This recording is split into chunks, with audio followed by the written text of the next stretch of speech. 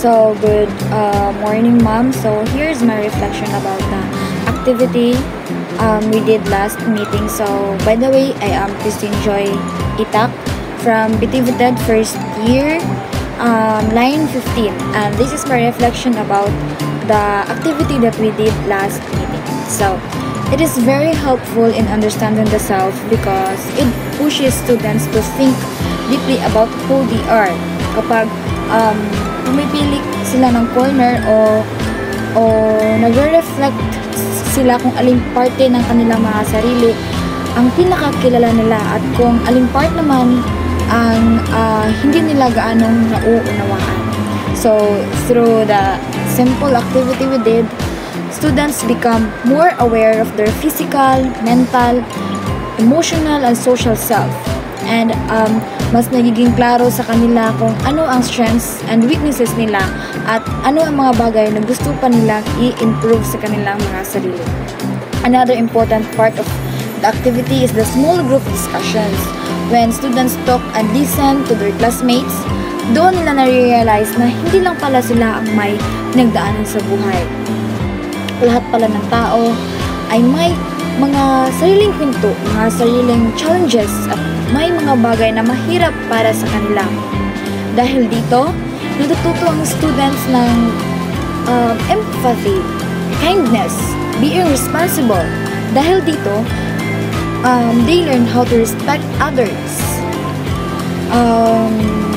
They learn how to encourage or how to respect others' feelings and experiences.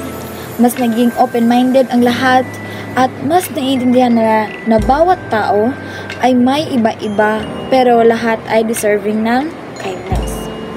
So when the activity asked them to recognize influences such as family, friends, school, or social media, mas lumalalim ang awareness nila sa kung ano sila na i-influence ng mga bagay sa paligid natin.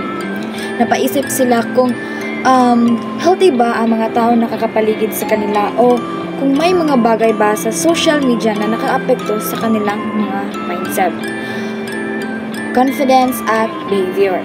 So, this makes them more mindful sa pag-choose ng kanilang circle of friends, sa pag-handle ng pressure at sa pag-deal ng kanilang emotions. Because they also get to share their thoughts, students become more comfortable expressing themselves.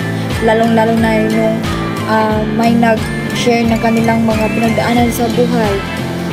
Everyone is in silent and they slowly realizing that we cannot judge the book by its cover. So, the other side, we cannot judge the person by its outward appearance. So, nung narinig ko yung mga story ng iba't ibang kaklase ko, may umurot din sa puso ko na hindi lang pala ako ang may pinagdaanan sa buhay. Kung may pinagdaanan man ako, mas mabigat pala yung sa kaklase ko, ganon. So, we cannot judge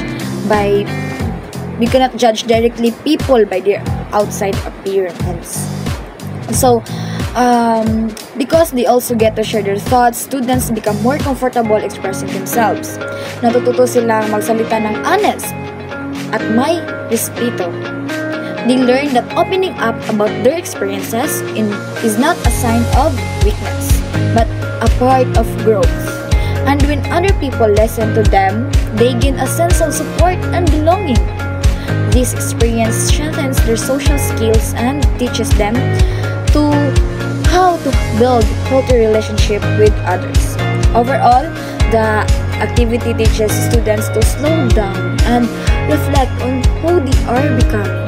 It reminds them that understanding themselves is not one-time process, but a continuous journey.